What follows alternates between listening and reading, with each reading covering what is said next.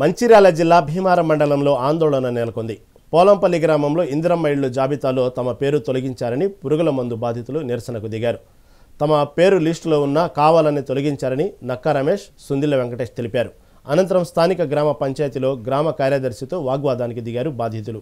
తనకు రావాల్సిన ఇందిరమ్మ ఇళ్లు జాబితాలో తొలగించారని ఎంపీడీఓని అడిగితే మంత్రి పిఎని అడగమంటున్నారని ఆవేదన వ్యక్తం చేశారు. ఎన్నికల సమయంలో కాంగ్రెస్ తరపున ఓట్లు వేయించినా తమకే అన్యాయం చేస్తున్నారని వారు చెప్పారు. తమకు న్యాయం చేయకపోతే గ్రామ పంచాయతీ ముందే పురుగుల మందు తాగి ఆత్మహత్య చేసుకుంటామని బాధితులు ఆవేదన వ్యక్తం చేస్తున్నారు. ఈ కమిటీ సభ్యులు 5గురు ఎవరైతే ఉన్నారో ఆ సంతకాలు కూడా పెట్టి ఆ లిస్ట్ ఫైనల్ చేసిళ్ళు. ఇల్లు వస్తున్నాయని చెప్పిళ్ళు.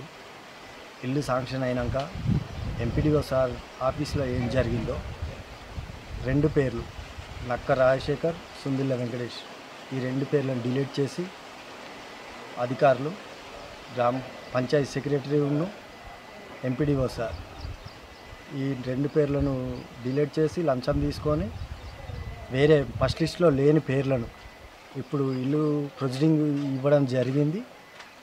ఈరోజు ముగ్గు వేయడానికి వచ్చిళ్ళు. మేము అడ్డుకున్నాం.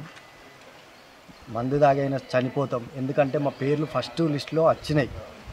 మాకు ప్రభుత్వమే అండగా మాకు ఇల్లు లేదని గుర్తించి మా కమిటీ సభ్యులు అందరు కలిసి మాకు ఇల్లు శాంక్షన్ మాకు ఇల్లు రప్పించడం జరిగింది.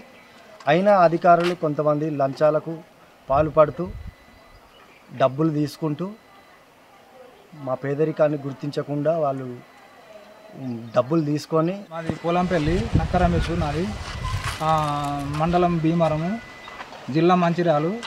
అయితే ఒక 5-6 సంవత్సరాల ముందు నేను కాంగ్రెస్ పార్టీలో తిరుగుతాను. మొన్న కూడా కాంగ్రెస్ పార్టీలో తిరిగి ఇంటింటి తిరిగి దయాదండమని కాంగ్రెస్కి ఓట్లు వేయించినాక ఏమైందంటే ఇండ్లు విడుదలైనాయి. ఇండ్లు విడుదలైనాక ఇక్కడ కమిటీలు వచ్చి అందరు వచ్చి ఎవరికి లేదు ఇల్లు లేదు, ఎవరికి ఇల్లు లేదు అంటే అన్ని కమిటీలు వచ్చి అందరూ సెలెక్ట్ చేసిండ్రు.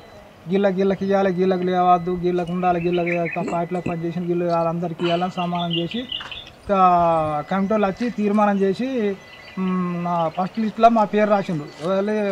నాకు సదా లిస్టులో పేరు రాసినాక సుందిల్ల వెంకటేష్ పేర్లు రాసినాక ఏం చేసిండ్రు,